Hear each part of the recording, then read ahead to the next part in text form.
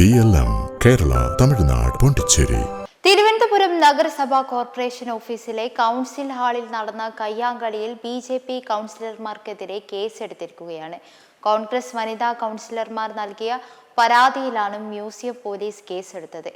BJP കൗൺസിലർമാരായ ചെമ്പഴന്തി ഉദയൻ, ഗിരി, പപ്പനംകോട് സജി, വയൽക്കട രതീഷ് എന്നിവർക്കെതിരെയാണ് കോൺഗ്രസ് വനിതാ കൗൺസിലർമാരായ ഷേർലി, അനിത അലക്സ് എന്നിവർ പരാതി നൽകിയത്. ചെമ്പഴന്തി ഉദയനെയാണ് കേസിലെ ഒന്നാം പ്രതിയാക്കിയിരിക്കുന്നത്.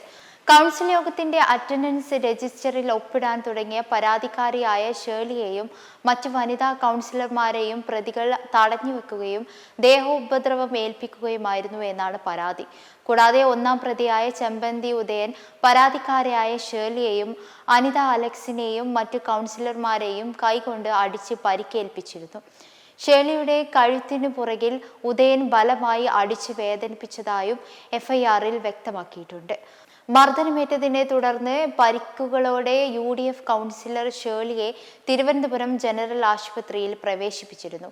ആശുപത്രിയിൽ ചികിത്സയിൽ കഴിഞ്ഞിരുന്ന ഷേർലിയിൽ നിന്നും മ്യൂസിയം പോലീസ് ഉദ്യോഗസ്ഥർ നേരിട്ടെത്തി മൊഴി രേഖപ്പെടുത്തിയ ശേഷമാണ് കേസ് രജിസ്റ്റർ ചെയ്തത്.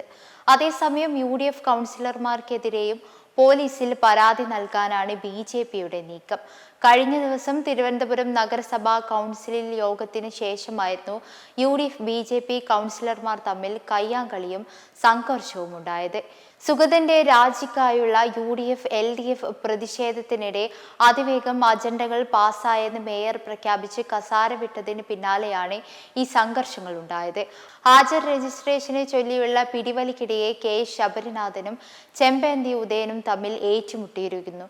കാപ്പ കേസിൽ ജയിലിലുള്ള R സുഗതനെ രക്ഷിക്കാൻ ഉദയൻ രജിസ്റ്റർ പിടിച്ചുവാങ്ങിയെന്നും വനിതാ കൗൺസിലർമാരെ കയ്യേറ്റം ചെയ്തുമെന്നുമാണ് UDF പരാതി. എന്നാൽ രജിസ്റ്ററിൽ വെള്ളമൊഴിക്കാനായിരുന്നു UDF ശ്രമിച്ചത് എന്നാണ് മേയർ VV രാജേഷ് ആരോപിക്കുന്നത്.